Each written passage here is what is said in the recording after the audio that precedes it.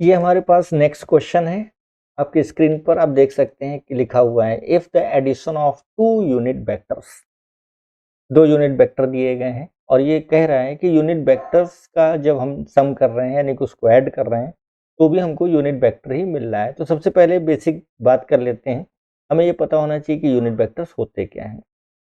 ठीक है, तो जब तक हमें ये नहीं पता होगा यूनिट वेक्टर्स क्या होते हैं, तो यूनिट वेक्टर का सीधा सा मतलब अगर हम बताएं आपको, तो यूनिट वेक्टर को एक वर्ड में डिफाइन करना है तो it is nothing but direction.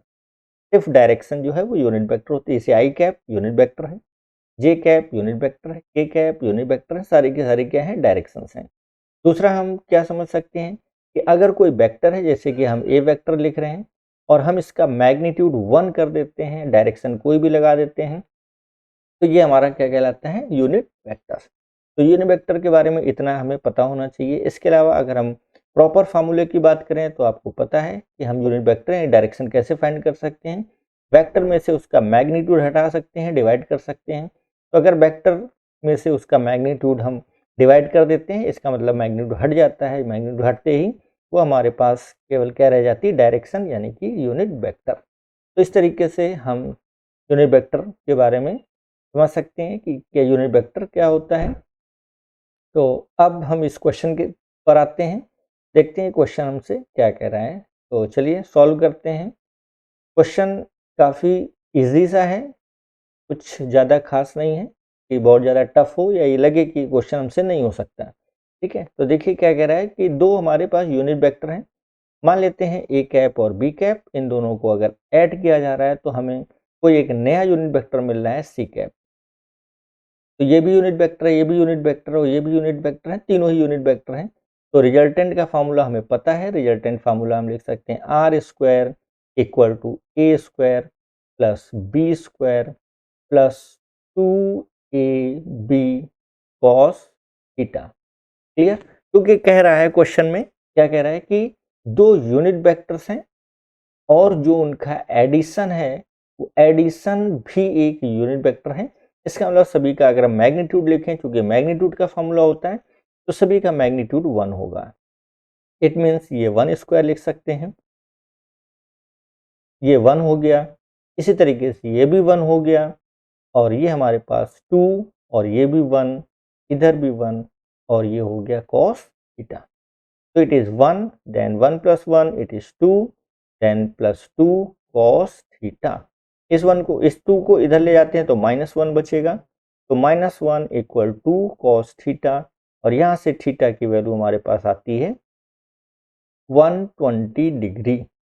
ठीक है, क्योंकि आप देख सकते हैं कि cos थीटा इक्वल क्या है, -1/2 है। तो इस तरीके से हमें क्या दिखाई दिया, cos थीटा -1/2, तो थीटा 120 डिग्री। तो ये पहली लाइन हम लोगों ने सॉल्व कर ली है।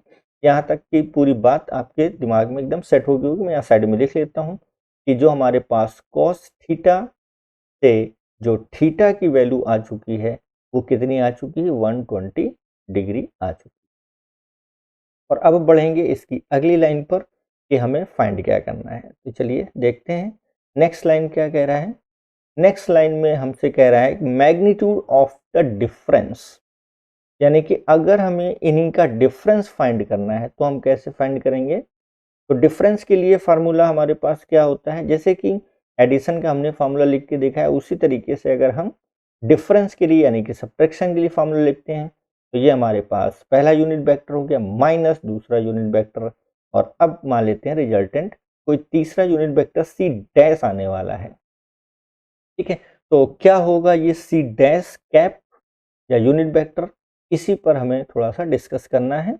हमें इसका मैग्नीट्यूड चाहिए तो मैग्नीट्यूड का फॉर्मूला लिखते हैं r square equal a square plus b square, और अब लग जाएगा माइनस, क्योंकि हम डिफरेंस फाइंड कर रहे हैं, तो 2ab cos थीटा। और सेम पैटर्न पे हम इसको करेंगे तो ए स्क्वायर यानी कि मैग्नीट्यूड वही यूनिट वेक्टर था, बी भी यूनिट वेक्टर है तो इसका मैग्नीट्यूड -2 मैग्नीट्यूड 1 मैग्नीट्यूड 1, और cos थीटा की वैल्यू हम यहाँ पर 120 डिग्री लिख सकते हैं। तो इस तरीके से ये हो गया 1 का स्क्वायर 1, इधर भी 1 का स्क्वायर 1 और माइनस 2 और कॉस 120 हम लोगों के पास था -1/2, माइनस से माइनस कट के ये प्लस हो गया, 2 से 2 कट के प्लस हो गया, ये आ गया 3। तो r square 3, so r equal √3। तो इस तरीके से इसका B option is the right option. तो आई होप ये क्वेश्चन भी उतना ही इजी आपको लगा होगा जितने हमने प्रीवियस क्वेश्चंस किए हुए हैं। ठीक है, तो ये था हमारा कुछ बेसिक से क्वेश्चंस जो हम लोगों ने सॉल्व किए, समझे। ठीक है ना, और इस पैटर्न को हम आगे बढ़ाते हैं, देखते हैं। ठीक है, ये क्वेश्चन हम ऑलरेडी आपको सॉल्व करा चुके हैं। इसके बाद ये क्वेश्चन, इस क्वेश्चन को भी हम सॉल्व करा चुके हैं। ये क्वेश्चन, अच्छा नेक्स्ट हमारे पास टॉपिक आ गया। नेक्स्ट टॉपिक है ग्रेडियंट, डाइवर्जेंस और कर्ल।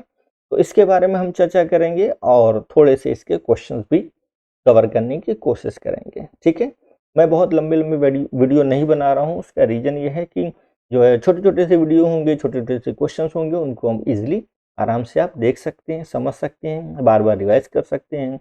बहुत बड़े बड़े वीडियो बनाने से प्रॉब्लम होती है कि एक साथ उतने बड़ा वीडियो देखना मुझे लगता है थोड़ा सा डिफ़िकल्ट होता है कंपेयर टू छोटे छोटे से वीडियो हों और आप हर एक वीडियो में जो दी गई है प्रॉपर नॉलेज उसको आप दे सकें। ठीक है, तो सबसे पहले हम ग्रेडियंट, डाइवर्जेंस या कर्व, इन पे छोटी छोटी सी चर्चा करेंगे। सबसे पहले इम्पॉर्टेंट है कि हम जानें कि हमारे पास एक ऑपरेटर होता है जिसको हम बोलते हैं डेल ऑपरेटर। ठीक है, कौन सा ऑपरेटर है? Dell operator.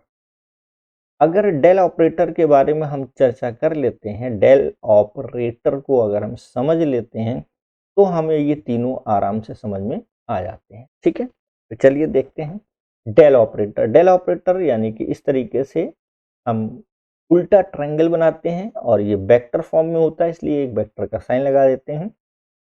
और इसका मतलब क्या होता है? इसका मतलब चूंकि वेक्टर है तो डायरेक्शन जरूर रही होगी, तो इस तरीके से हम आई कैप इसको लिखते हैं डेबर अपॉन डेबर वाई, और ये के कैप, और ये हो गया डेबर अपॉन डेबर जेड के कैप।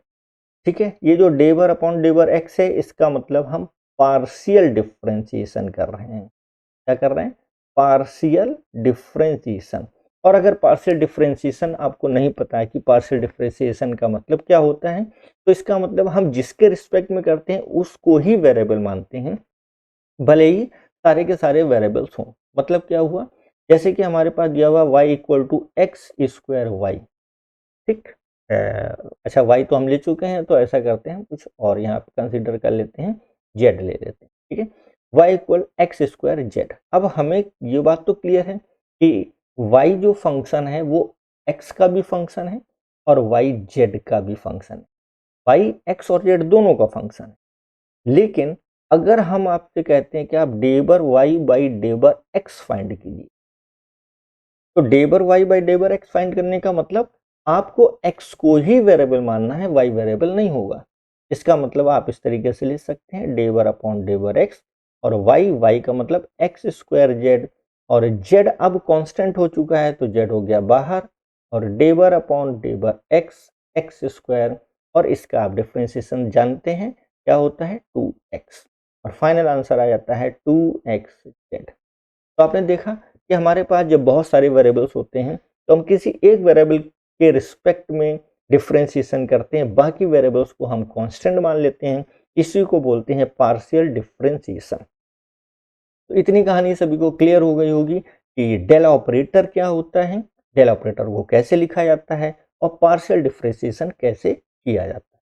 ठीक है, तो अब हम इन तीनों टर्म्स पे आते हैं। ये तीनों टर्म्स क्या हैं, इसको रफ कर देते हैं और देखते हैं कि ग्रेडियंट, डाइवर्जेंस और कर्व इनका मतलब क्या होता है। तो बिल्कुल स्टेप बाय स्टेप हम समझेंगे चीज़ों को, बहुत शॉर्ट में, अच्छे से। ठीक है ना, मतलब ऐसा नहीं कि टाइम पास तरीके से हम समझ लें।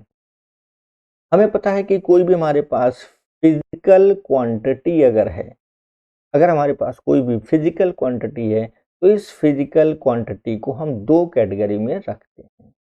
एक कैटेगरी हमारी होती स्केलर की, और दूसरी कैटेगरी हमारे पास होती है वेक्टर की। ठीक है, एक स्केलर और दूसरा क्या होता है वेक्टर। तो हम ये जो डेल ऑपरेटर है इस डेल ऑपरेटर को स्केलर के साथ भी लगा सकते हैं और इस डेल ऑपरेटर को हम वेक्टर के साथ भी लगा सकते हैं। मान लेते हैं कि हमारे पास फाई कोई स्केलर है, मान लेते हैं हमारे पास ए कोई वेक्टर है, तो हम इस तरीके से लिख सकते हैं कि हमने डेल ऑपरेटर लगाया और इसके साथ एक स्केलर लिख दिया फाई, ठीक है। या हमने इस तरीके से डेल ऑपरेटर लगाया और हमने इसके साथ एक वेक्टर लिख लिया ए वेक्टर, ठीक है। तो वेक्टर के हमने दो केस पढ़े हुए हैं, एक डॉट प्रोडक्ट पढ़ा हुआ है, एक क्रॉस प्रोडक्ट पढ़ा हुआ है, तो इसको भी हम दो कैटेगरी में लिख रहे हैं। हम यहाँ पे डॉट लगा सकते हैं या इस तरीके से वेक्टर के लिए यहाँ पर क्रॉस लगा सकते हैं। तो स्केलर के साथ, किसी स्केलर क्वांटिटी के साथ हम जो डेल ऑपरेटर लगा सकते हैं, वेक्टर के साथ भी डेल ऑपरेटर लगा सकते हैं। दो तरीके से डॉट प्रोडक्ट में लगा सकते हैं, क्रॉस प्रोडक्ट में लगा सकते हैं। तो जब हम डॉट प्रोडक्ट में लगाते हैं तब हम इसको, जब हम डॉट प्रोडक्ट मतलब स्केलर के साथ जब लगाते हैं तब हम इसको सिंपल क्या नाम देते हैं, ग्रेडियंट बोलते हैं। दिस इज द ग्रेडियंट, हम ग्रेडियंट फाइंड कर रहे हैं। जब हम डॉट प्रोडक्ट में लगाते हैं तब हम इसको क्या नाम देते हैं, डाइवर्जेंस। अभी हमारे लिए डाइवर्जेंस हो जाता है। और जब हम क्रॉस प्रोडक्ट में लगाते हैं तब हम इसको क्या बोल देते हैं, कर्ड बोल देते हैं। तो यहाँ तक की कहानी समझ में आई होगी जहाँ तक मुझे लगता है, ठीक है। तो अब थोड़ा सा इस पे हम लोगों को स्टडी करने की ज़रूरत है कि इस पे बेस्ड क्वेश्चंस अगर हमारे पास आते हैं तो हम किस तरीके से क्वेश्चन कर सकते हैं। बिल्कुल छोटे छोटे से बेसिक बेसिक क्वेश्चन पहले हम लोग करेंगे, उसके बाद ही फिर हम आगे की तरफ बढ़ेंगे, ठीक है ना। कि हमारे प्रीवियस ईयर्स में कौन कौन से क्वेश्चंस आए हुए हैं, कैसे क्वेश्चंस आए हुए हैं, उन क्वेश्चन पे हम तभी बढ़ सकते हैं जब हमारे पास ये जो हमने आपको समझाया है ये एकदम क्या हो, क्लियर हो। तो इसके लिए हम इसको रफ करने वाले हैं। तो चलिए फटाफट इसको रफ कर देते हैं। इतनी बात समझ में आ गई होगी कि डेल ऑपरेटर क्या होता है। डेल ऑपरेटर को हम स्केलर के साथ लगाते हैं तो क्या मिलता है, वेक्टर के साथ लगाते हैं तो क्या क्या मिलता है, ठीक है। तो स्केलर के साथ लगाने पर हमको मिलता है ग्रेडियंट, और वेक्टर्स के साथ हम दो तरीके से लगा सकते हैं, एक डॉट प्रोडक्ट में और एक क्रॉस प्रोडक्ट में, जिससे हमें डाइवर्जेंस और कर्ल मिल जाते हैं, ठीक है। तो क्वेश्चंस करेंगे और इस चीज़ को और अच्छे से समझने की कोशिश करेंगे कि ये क्या चीज़ है, ठीक है।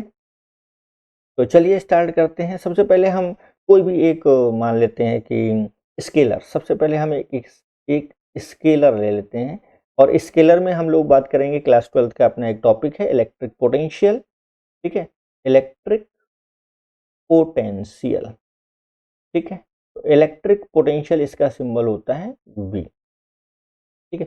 तो हमारे पास V इलेक्ट्रिक पोटेंशियल है, एक स्केलर क्वांटिटी है, इसका सिंबल V होता है। तो मान लेते हैं कि V की वैल्यू कुछ इस तरीके से दी हुई है x²। तो V इज ए पोटेंशियल जो कि डिपेंड कर रहा है किस पर, x पे डिपेंड कर रहा है, ऐसा दिया हुआ है क्वेश्चन में। अब हमसे कह रहा है कि इसका ग्रेडियंट क्या होगा, व्हाट इज द ग्रेडियंट, हमसे ग्रेडियंट पूछ रहा है। तो हमें पता है कि ग्रेडियंट में क्या करना होता है, हमें हमें डेल ऑपरेटर के साथ जो भी स्केलर क्वांटिटी है, this is the scalar quantity, scalar quantity के साथ हम डायरेक्ट जो डेल ऑपरेटर उसको लगाते हैं तो हम बोल देते हैं ग्रेडियंट। इसका मतलब हमें यहाँ पर क्या लिखना पड़ेगा, डेल और वी। तो डेल और वी ये कहलाएगा ग्रेडियंट ऑफ पोटेंशियल।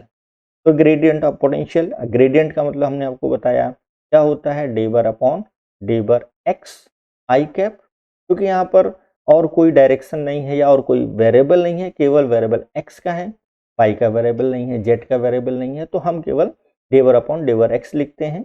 अगर यहाँ पर वाई भी होता, सपोज वाई लिखा होता तो हम एक डायरेक्शन और ऐड कर देते, अगर यहाँ जेड भी लिखा होता तो हम तीनों डायरेक्शन ऐड कर देते, ठीक है ना। लेकिन अभी हमारे पास केवल एक ही वेरिएबल है, ये दोनों वेरिएबल नहीं है, इसलिए मैंने केवल एक ही वेरिएबल डेबर अपॉन डेबर एक्स और एक ही डायरेक्शन आई कैप लिखी हुई है। बी के साथ अब हम क्या करेंगे, x², बी की वैल्यू जो है वो रख देंगे और ये सॉल्व करने पर आ जाएगा 2x आई कैप।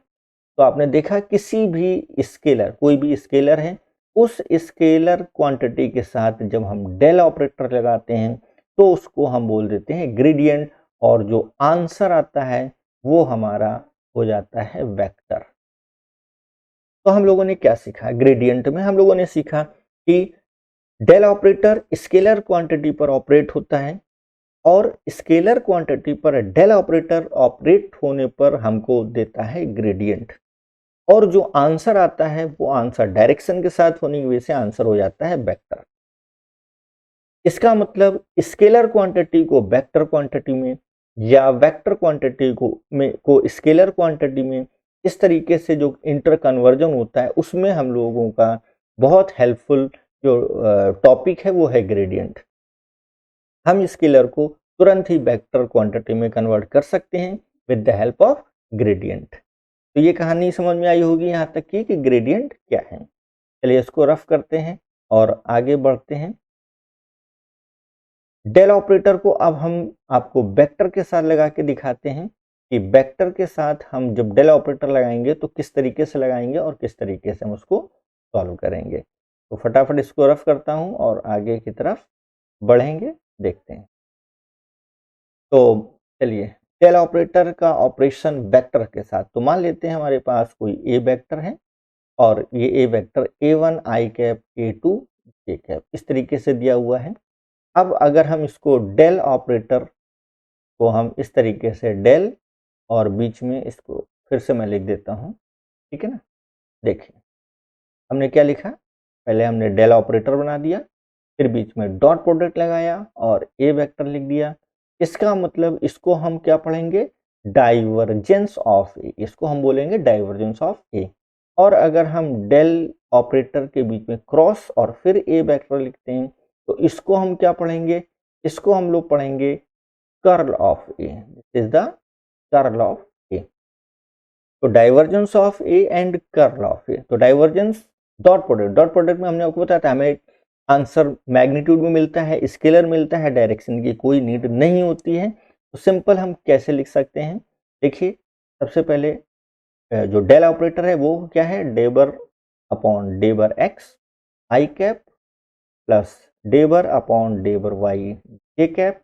अच्छा मैंने दो ही डायरेक्शन क्यों ली है, क्योंकि जो हमने ए सपोज किया उसमें भी केवल दो ही डायरेक्शन है आई और जे, तो हम लोग तो डेल ऑपरेटर यूज करेंगे उसकी भी दो ही डायरेक्शन लेते हैं। बीच में डॉट है तो डॉट लगा लेते हैं और यहाँ पर हो जाता है a1 आई कैप और a2 जे कैप। और डॉट प्रोडक्ट करना आपको आता है, हमने बताया था कि सेम डायरेक्शंस का प्रोडक्ट करते हैं। तो डेबर अपॉन डेबर एक्स a1 हो जाएगा और डेबर अपॉन डेबर वाई ये हमारा a2 हो जाएगा, ठीक है। यहाँ पर सबसे इंपॉर्टेंट बात ये है कि ये जो a1 और a2 है ये कांस्टेंट नहीं है, ये क्या है, वेरिएबल्स हैं। तभी आप इसका डिफरेंशिएशन करेंगे, अगर कांस्टेंट है तो आंसर आपका 0 आने वाला है, ठीक है। ये एक है डिफरेंशिएशन का बेसिक रूल है जो आपको पता है कि a1 और a2 अगर कांस्टेंट है, कांस्टेंट का डिफरेंशिएशन 0 होता है, ठीक है। अगर वेरिएबल है तो हमें कोई ना कोई डेफिनेट वैल्यू मिल जाती है अकॉर्डिंग टू सुटेबल फार्मूला, ठीक है। तो ये तो बात हमने की डाइवर्जेंस की, और अब हम बात करने वाले हैं कर्ल की। तो चलिए इस कर्ल को भी देख लेते हैं कि कर्ल अगर है तो कैसे लिखा जाएगा।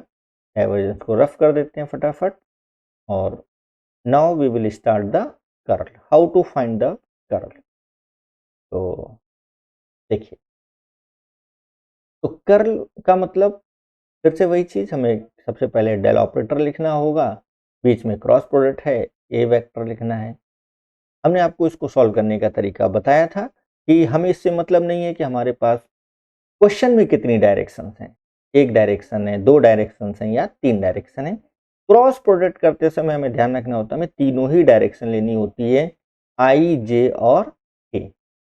सबसे पहले डेल ऑपरेटर है तो डेल ऑपरेटर के जो कंपोनेंट है डेबर अपॉन डेबर एक्स, डेबर अपॉन डेबर वाई, डेबर अपॉन डेबर जेड, वो लिख लेते हैं। फिर ए वेक्टर है तो ए वेक्टर कंपोनेंट यानी कि a1 a2 और फिर अच्छा यहाँ पर तीसरा है नहीं तो उसको हम क्यों लिख रहे हैं, इसको हम रफ कर देते हैं। तीसरा तो मैं लिखना ही नहीं था, केवल दो ही हमारे पास थे क्वेश्चन में, ठीक है। तो हम तीसरा नहीं यूज करने वाले हैं, इतना ही हम लिखेंगे, ठीक है।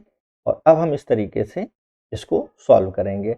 इसको सॉल्व करने का मेथड पूरा हमने अपने प्रीवियस वीडियो में बताया हुआ है, वहां से आप इसको देख सकते हैं। सबसे पहले हम क्या करते हैं, इस आई कैप को लिखते हैं, आई कैप के लिए आई कैप की रो और इसका कॉलम हाइड करके इसका इसमें और फिर इसका इसमें मल्टीप्लाई करते हैं, और हम देख पा रहे हैं आंसर हमारा 0 है। क्लियर। फिर इसके बाद अगला स्टेप हम क्या करने वाले हैं, अगला स्टेप हम करने वाले, देखिए यहाँ मैंने बहुत शॉर्ट में बता दिया है। अगर फिर भी आपको प्रॉब्लम है तो मैंने बहुत डिटेल में इसके पहले वाले वीडियो में आप समझाया हुआ है कि क्रॉस प्रोडक्ट या डॉट प्रोडक्ट वेक्टर के कैसे फाइंड किए जाते हैं। सेकंड देखिए, सेकंड में हमने ये लिया कॉलम जे का और ये हमने लिया रो जे की, इसको हाइड कर दिया। और फिर से हमारा जो मल्टीप्लिकेशन है आप देख पा रहे हैं, जब इसका इसमें मल्टीप्लाई करेंगे तो 0 मिलेगा और इसका इसमें मल्टीप्लाई करेंगे तो भी 0 मिलेगा, यानी कि फिर से में 0 मिलने वाला है। तो अब इसका भी काम खत्म, यानी कि 2 डायरेक्शन ऑलरेडी 0 हो रही हैं, तो हमें उसको लिखने की कोई ज़रूरत नहीं है। अब आते हैं थर्ड डायरेक्शन पे, जो कि हमारी के कैप है। तो ये हो गया इसका कॉलम और ये है इसकी रो। रो और कॉलम को हाइड करके हम इसका क्या करते हैं, मल्टीप्लाई करते हैं। तो अब हमारे पास फाइनल के कैप में ही आंसर आने वाला है। और क्या आने वाला है, डेवर अपॉन डेवर एक्स A2 और माइनस डेवर अपॉन डेवर एक्स A1। इस तरीके से ये हम लोगों ने फाइंड किया क्या, कर्व। तो ये था हमारा डाइवर्जेंस, ग्रेडियंट और कर्व निकालने का तरीका। किस तरीके से हम स्केलर क्वांटिटी पे डेल ऑपरेटर लगा सकते हैं, हम किसी वेक्टर क्वांटिटी पे डेल ऑपरेटर लगा सकते हैं, कब हमको ग्रेडियंट मिलता है, कब डाइवर्जेंस मिलता है और कब कर्ल मिलता है, ठीक है ना। इस पे बेस्ड क्वेश्चंस भी हम लोग करेंगे जो प्रीवियस ईयर्स में क्वेश्चन पूछे गए हैं, ठीक है ना। तो हमारे साथ इसी तरीके से इस जर्नी में जुड़े रहें और 1 by 1 questions with proper theory हम इसी तरीके से लाते रहेंगे, करते रहेंगे।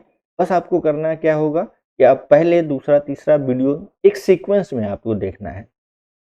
ऐसा नहीं कि आप एक वीडियो मिस करते हैं फिर दूसरा वीडियो देखें, ठीक है ना। सारे वीडियोस इस सीक्वेंस में देखेंगे। बहुत छोटे-छोटे वीडियोस हैं, 10 मिनट, 15 मिनट, मैक्सिमम 20 मिनट का वीडियो होगा, ठीक है ना। उसको आप देख सकते हैं, बहुत ज़्यादा टाइम नहीं आपका खर्च होगा, ठीक है ना।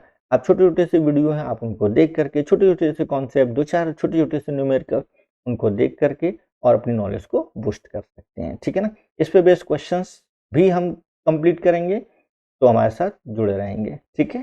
चलिए।